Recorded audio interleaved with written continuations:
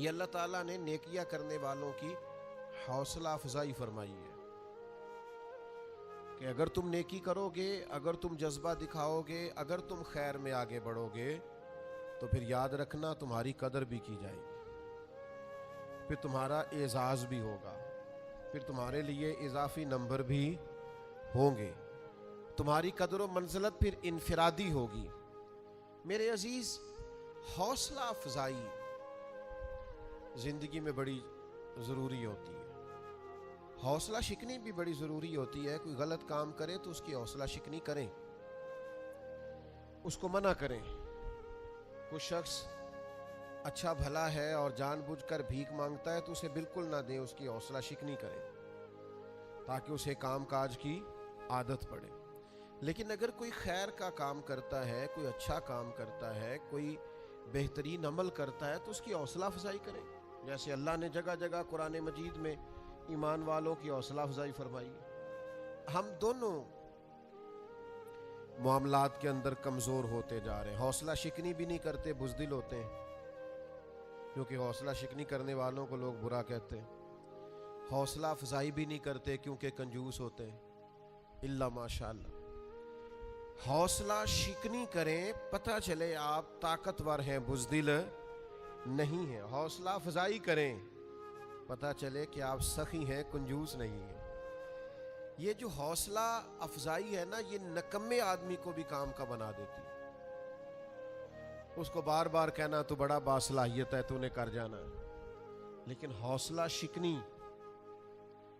بچہ فیل ہو گیا، یہ ابھی گزشتہ دنوں رزلٹ آیا میٹرک کا، تو وہ اس نے چھلانگ لگا دی پانی میں اور خودکشی کر لی۔ تو جب لوگوں نے تھوڑی ریسرچ کی، تحقیق کی، تو پتہ چلا کہ گھر کا ماحول بڑا گھٹن والا ہے۔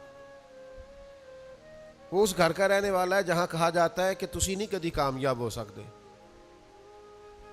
مینوں پہلو ہی پتا سی، میں پہلے سے جانتا تھا تیرا یہی حال ہونا ہے۔ وہ باتوں کی جو چبھن اسے رزلٹ آتے ہی محسوس ہونے لگی۔ سارے بچے ذہین نہیں ہوتے، سب کا حافظہ مضبوط نہیں ہوتا، کمزور بھی ہوتے ہیں بیچارے کئی، اللہ تعالیٰ کی توفیق ہے، پیچھے بھی رہ جاتے ہیں بعض اوقات۔ تو اس بچے نے بیچارے نے اس بات سے ڈر کے کہ اب تو مجھے بڑی باتیں ہوں گی، اور کچھ والدین ایسے ہوتے ہیں وہ تقریر پھر شروع کرتے ہیں تو الا ماشاءاللہ ختم ہی نہیں ہوتی۔ وہ کہتے ہیں میں تو تیری وجہ سے پورے خاندان میں منہ دکھانے قابل نہیں رہا، دوست پوچھیں گے تو کیا کہوں گا، فلاں کا بچہ کہاں پہنچ گیا۔ اس کو کمپیریزن کر کے، تقابل کر کے مختلف لوگوں سے احساس کمتری کا شکار کر دینا، اس بچے نے بیچارے نے چھلانگ لگا دی۔ حوصلہ افزائی کریں، حوصلہ افزائی کی ہر ایک کو ضرورت ہوتی ہے، بچے کی بھی ضرورت ہوتی ہے اور جوان کو بھی ضرورت ہوتی ہے، بوڑھے کو بھی ضرورت ہوتی ہے۔ ہاں، حوصلہ افزائی کی ان پڑھ کو بھی ضرورت ہوتی ہے اور پڑھے لکھے کو بھی ضرورت ہوتی ہے۔ حوصلہ افزائی کی ان لوگوں کو بھی ضرورت ہوتی ہے جو کارکن ہوتے ہیں، اور ان کو بھی ضرورت ہوتی ہے جو قائد ہوتے ہیں۔ حوصلہ افزائی کریں۔ یہ ذرا قرآن مجید کا انداز دیکھیں نا، اللہ تعالیٰ نے حوصلہ افزائی کی اہل ایمان کی۔ ان الذین آمنوا وعملوا الصالحات اولئک ھم خیر البریہ، فرمایا جو ایمان لا کر اچھے عمل کرے یہی تو ساری مخلوق سے افضل ہے۔ ان الذین آمنوا وعملوا الصالحات لہم اجر غیر ممنون، فرمایا جو ایمان لا کے اچھے عمل کرے گا میں تمہیں ایسا اجر دوں گا، ایسا اجر دوں گا، ایسا اجر دوں گا جو کبھی ختم ہی نہیں ہوگا۔ لہم اجر غیر ممنون، اور یہ سورہ والتین میں بھی ہے، لہم اجر غیر ممنون، ایسا اجر دوں گا جو کبھی ختم۔ تو یا اللہ سارا قیامت میں ملے گا؟ فرمایا نہیں، ان الذین آمنوا وعملوا الصالحات سیجعل لهم الرحمن ودا، جو ایمان لانے کے بعد اچھے عمل کرے گا نا، رحمان لوگوں کے دلوں میں اس کی محبت پیدا فرما دے۔ کیسی کیسی حوصلہ افزائی قرآن نے کی، کس کس طرح سے اللہ تعالیٰ نے اپنے بندوں کی توجہ دلائی، کس کس طرح مالک کریم نے نوازا۔ قل یا عبادی الذین اسرفوا علی انفسہم لا تقنطوا من رحمت اللہ، محبوب میرے ان بندوں سے کہہ دو جنہوں نے اپنی جانوں پہ ظلم کیا ہے، جن سے گناہ ہو گیا ہے، غلطیاں ہو گئی ہیں، ان سے کہہ دو لا تقنطوا من رحمت اللہ، اپنے رب کی رحمت سے مایوس نہ ہو۔ یا اللہ تو کیا دے گا؟ فرمایا ان اللہ یغفر الذنوب جمیعا، اللہ ان کے سارے گناہ معاف فرما دے گا۔ ان سے کہو اپنے رب سے کی رحمت سے مایوس۔ کیسی کیسی تسلیاں ہیں، کیسا کیسا کمال ہے، کیسا انداز ہے کریمانہ، لیکن ہمارے ہاں تسلی دینے کا مزاج، حوصلہ افزائی کرنے کی طبیعت ہی نہیں ہوتی، ہمارا خیال ہی نہیں ہوتا، ہم اس طرف غور ہی نہیں کرتے کہ تھپکی دینا کتنا کوئی کمال کام ہے، حوصلہ افزائی کرنا کتنا کوئی بڑا کام ہے۔ صرف کالج یونیورسٹی میں ہی نہیں، دینی مدرسوں میں بھی حوصلہ شکنی کی جاتی ہے۔ طالب علم سے غلطیاں ہوتی ہیں، طلباء سے کمزوریاں رہ جاتی ہیں، اس کا مطلب یہ نہیں ہوتا کہ اس کی جگہ جگہ انسلٹ کی جائے۔ کوئی بڑی عمر میں آ کے مدرسے داخل ہو گیا تو اس کو کہتے ہیں اپنی عمر دیکھ اور کام دیکھ۔ آپ کیا بات کرتے ہیں؟ کون سی ایسی عمر ہے جس میں انسان فرشتہ ہو جاتا ہے؟ عجیب انفرادیت ہے لوگوں کی اور عجیب رنگ ہے بات کرنے کا۔ حوصلہ شکنی نہ کریں، مسائل آ جاتے ہیں، کسی گناہگار سے گناہگار شخص کی بھی حوصلہ شکنی منع۔ حضرت ابو ہریرہ رضی اللہ تعالیٰ عنہ نے خاتون کو جب کہہ دیا تھا کہ تمہاری توبہ قبول نہیں ہوگی تو اللہ کے رسول ناراض ہو گئے۔ حضور نے فرمایا تمہیں کس نے اجازت دی ایسی بات کرنے؟ تو جناب ابو ہریرہ پھر ڈھونڈ کے لائے اور آپ نے ان سے معذرت بھی کی۔ تو حوصلہ افزائی کریں۔ آپ کو پتہ ہے بچہ جب چھوٹا ہوتا ہے اور وہ چلنا سیکھ رہا ہوتا ہے، چلنا، تو کس طرح اس کی حوصلہ افزائی کرتی ہے اس کی ماں، اس کا باپ، اس کا دادا دادی، نانا نا، بیٹا آؤ نا، آجو آجو میرا بیٹا، وہ گر جاتا ہے پھر اس کو اٹھایا جاتا ہے۔ اب اگر اس کی حوصلہ شکنی کر دی جائے اس عمر میں کہ تو کبھی بھی چل نہیں سکتا، تو مجھے بتائیے وہ چلنا جلدی سیکھ لے گا؟ تو حوصلہ افزائی کریں، دوسروں کو تسلی دیں، ان کے معاملات کے اندر بہتری لانے کی کوشش کریں۔ ہم 1 منٹ لگاتے ہیں اور حوصلہ شکنی کرتے ہیں، اس کے نتائج ٹھیک نہیں نکلتے، معاشرے کے اندر مایوسی پھیلتی، اور جس سوسائٹی میں ہم رہتے ہیں اس میں تلخ مزاج لوگ، تنگ نظر لوگ، الجھے ہوئے لوگ، پریشان حال اور پریشان خیال لوگ، تو اس کا نتیجہ جو ہے وہ بعض اوقات بڑا سخت برآمد ہوتا ہے۔ میں جو مضمون آپ کو سمجھانا چاہ رہا ہوں کتاب و سنت کی وساطت سے وہ یہ ہے کہ کوشش کریں اچھائی کا ذکر کرنے کا، حوصلہ، بیجا تعریف نہ کریں، خوشامد نہ کریں، وہ منع ہے، لیکن حوصلہ افزائی کریں۔ آپ دوسروں کی تائید کریں خیر کے کاموں میں، آپ محسوس کریں گے کہ خوشبو پھیلنے لگی ہے، آسانی ہونے لگی ہے، ٹھنڈک ملنے لگی ہے۔ 2 حدیثیں سنیں، دونوں امام طبرانی نے روایت کی ہیں۔ اللہ کے پیارے رسول صلی اللہ تعالیٰ علیہ وسلم نے فرمایا فرائض کی ادائیگی کے بعد سب سے افضل عمل کسی مسلمان کے دل میں خوشی داخل کرنا۔ خدا کے بندے تو ہیں ہزاروں اور بنوں میں پھرتے ہیں مارے مارے، پر میں اس کا بندہ بنوں گا جس کو خدا کے بندوں سے پیار ہے۔ سب سے افضل عمل فرائض کے بعد کسی مومن کے دل میں خوشی داخل کرنا۔ اور نبی پاک صلی اللہ تعالیٰ علیہ وسلم نے دوسرے مقام پر ارشاد فرمایا جنت کو واجب کر دینے والی چیزوں میں سے، یعنی جو جنت کو ضروری کر دے کسی کے لیے، یہ بھی امام طبرانی روایت لائے، فرمایا جنت کو واجب کر دینے والی چیزوں میں سے سب سے بڑی چیز مومن کے دل میں خوشی داخل کرنا۔ تو اچھی طرح سمجھ لیں کہ حوصلہ افزائی جب آپ کریں گے، کسی کے دل کو خوش کریں گے، کسی کی طبیعت کو ڈھارس پہنچے گی، آپ محسوس کریں گے کہ وہ شخص آپ کی وجہ سے توانا ہو گیا۔ اللہ کے رسول صلی اللہ تعالیٰ علیہ وسلم نا ہمیشہ حوصلہ افزائی کرتے، حضرت سعد بن ابی وقاص بڑے بیمار ہو گئے.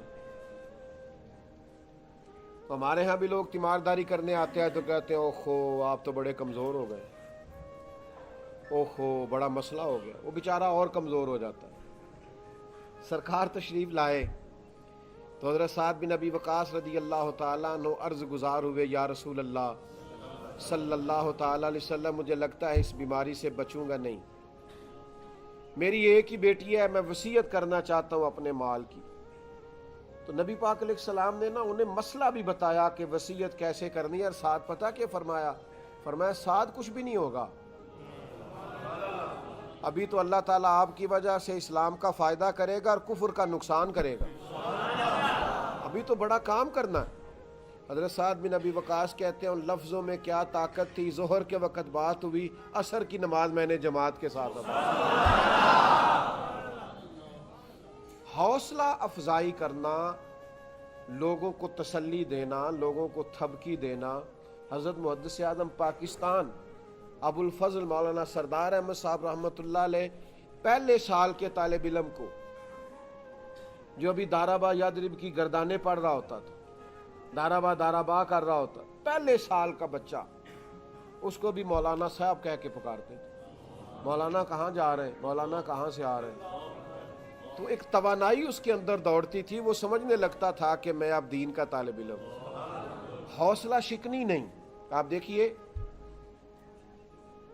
حضور کسی کی تعریف کرے تو اس کا سادہ سا مطلب یہ ہے کہ اللہ کے رسول حوصلہ افزائی فرما اور حضور مہربانی کر رہے ہیں. نبی پاک علیہ السلام نے فرمایا یہ جو معاذ ابن جبل ہے نا, حلال حرام کے مسائل جاننے والا ان سے زیادہ میری امت میں دوسرا کوئی نہیں.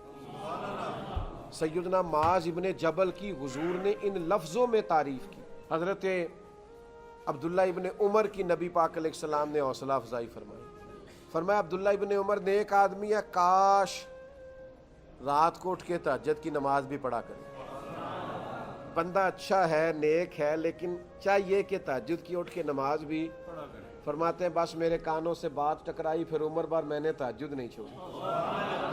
حضرت ابو عبیدہ بن جراح کو نبی پاک نے فرمایا یہ میری امت کے امین ہیں, قربان جائیں. حد ہو گئی حوصلہ افزائی کرنے کی. حضرت سعد بن ابی وقاص فرماتے ہیں جب میں احد کے دن تلوار چلا رہا تھا اور تیر چلا رہا تھا تو حضور فرمانے لگے چلا تیر, میرے ماں باپ تیرے اوپر قربان ہو. کیا حد ہے حوصلہ افزائی, یعنی بات کہاں تک چلی گئی. حضور فرمانے لگے چلا تیر, میرے ماں باپ تیرے اوپر قربان ہو. کمال ہو گئی. نرخ بازار محبت کا انوکھا ہو گیا, دیکھو خود خریداروں میں شامل آ کے مولا ہو گیا.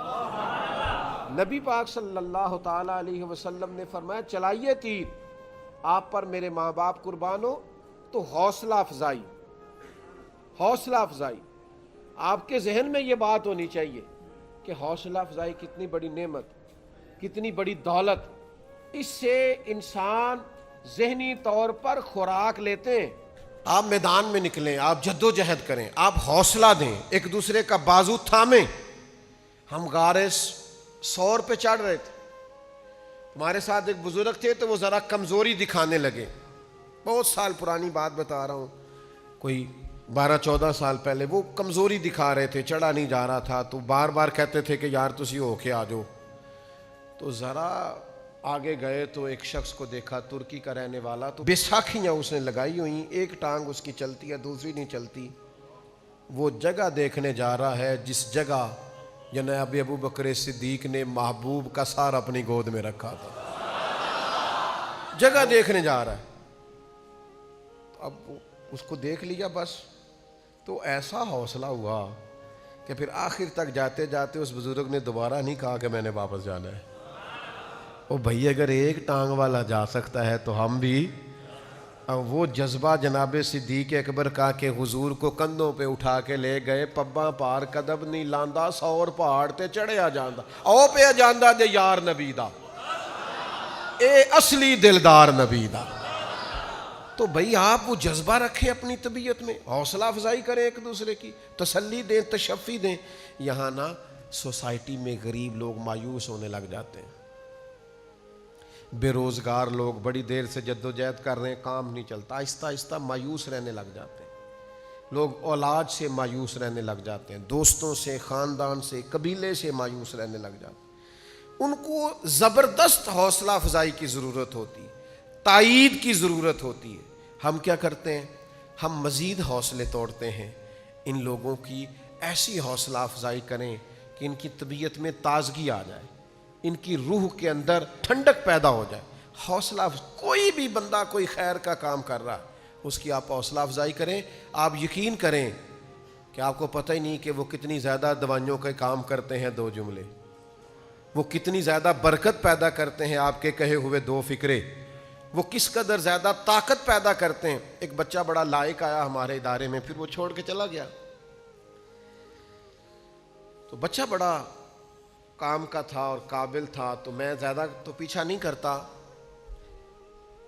تو اس بچے کے بارے میں مجھے تشویش ہوئی کہ بچہ کام کا تھا، تو میں نے کہا میں نے ملنا ہے. تو پیغام گیا. تو میں نے اس سے کہا کہ بیٹا آپ تو بڑے شوق سے، اپنے شوق سے آئے تھے، چھوڑ کیوں گئے؟ کہنے لگے کہ وہ میرے گلی محلے والے بھی کہتے ہیں کہ مطلب آپ درس نظامی کر کے عالم بن کے تو پھر آگے کیا کرنا ہے، مستقبل کیا ہے. تو کہتے ہیں وہ تھوڑا سا نا، ایک دن استاد بھی کلاس میں کہہ رہے تھے کہ حالات بڑے خراب ہیں، مسجد کی کمیٹی والے بڑا تنگ کرتے ہیں، وظیفہ بھی تھوڑا ہے. تو وہ محلے والوں کی بھی باتیں کو ہلکی سی کلاس میں بھی کسی استاد نے اپنی کمزوری ظاہر کر دی. کہنے لگے پھر دو چار جگہ میں نے تھوڑا مطالعہ بھی کیا، آئمہ مساجد کے حالات بھی دیکھے، تو لہذا فیصلہ میں نے یہ کیا ہے کہ میں نے نا کوئی پڑھوں لکھوں گا، دیگر کوئی نوکری کروں گا، تو میں کوئی دنیاوی تعلیم پڑھنی ہے. تو میں نے اس بچے سے کہا کہ آپ نے باقی 4-5 امام مسجد دیکھے ہیں، کوئی تگڑا جو ہے مولوی نہیں دیکھا بچہ؟ کہنے لگے کس طرح کا؟ میں نے کہا پیر میر علی شاہ صاحب جیسا، کوئی اعلی حضرت بریلوی جیسا، کوئی حضرت میاں شیر محمد شرف پوری جیسا، کوئی امیر ملت جیسا. یہ بھی تو مولوی تھے نا. حضرت امیر ملت حافظ مولانا جماعت علی محدث علی پوری قائد اعظم رات کو ملنے آئے کہ جناب آپ تعاون نہ کریں تو ملک نہیں بنتا. او میں نے کہا خدا کے بندے، آپ اگر دنیاوی تعلیم حاصل کرو گے تو نوکری کرو گے، اور رسول اللہ کا دین پڑھو گے تو بادشاہی کرو گے. بادشاہی کرو گے آپ دیکھو گے کمال کیسا ہوتا ہے. تو بھئی آپ حوصلہ شکنی نہ کریں، حوصلہ افزائی کریں. تو میں نے اسے کہا کہ میں تمہیں بتاتا ہوں، لائنوں میں کھڑے بتاؤں گا تمہیں بڑے بڑے عہدوں میں لوگ. یہ رسول اللہ کا دین ہے، اس کے نوکر بن کے تو دیکھو، اللہ تو ساری دنیا قدموں میں لے آتا ہے. ہم کیا کرتے ہیں؟ ہم حوصلہ شکنی کرتے ہیں. تو میرے عزیز، حوصلہ افزائی سے بات بڑی دور نکل جاتی. میں آپ سے عرض کروں گا سب سے زیادہ اپنی اولاد کی حوصلہ افزائی کریں اور اپنے ماں باپ کی حوصلہ افزائی کریں. ان لوگوں کو آگے لے کے چلنا ہے. اگر آنے والی نسل کو ہم نے اسی طرح توڑ دیا کہ وہ نتیجہ ٹھیک نہیں آیا اور خودکشیاں کرنے لگ گئی، تو پھر حالات ٹھیک نہیں ہوں گے. آگے بڑھنے کے لیے ضروری ہے کہ حوصلہ دیا جائے، تسلی دی جائے، تشفی دی جائے، ڈھارس بندھائی جائے. اس بندے کو تھوڑا سا اس طرح کا اس کو ماحول دیا جائے کہ وہ سکون اور راحت اور ٹھنڈک اپنی طبیعت میں محسوس کرے. آپ کی طبیعت میں جتنی بھی تلخی ہو، مہربانی کریں اپنے بچوں پہ نہ نکالیں. اولاد بھی اس طرح کا غصہ نہ کریں جس سے کہ وہ بیچارے گھر آنا جانا ہی کم کر دیں اور گھر میں بیٹھنا ہی چھوڑ دیں. تھوڑا سا مزاج دار، وہ جی میں گھر جاتا ہوں تو میرے بچے سہم جاتے ہیں، یہ کوئی اچھی علامت نہیں. آپ گھر جائیں تو آپ کے بچے آپ سے چمٹ جائیں، آپ کے بچے آپ کے گلے لگ جائیں. یہ کمال ہے جو ہمیں ہمارے دین نے سکھایا ہے.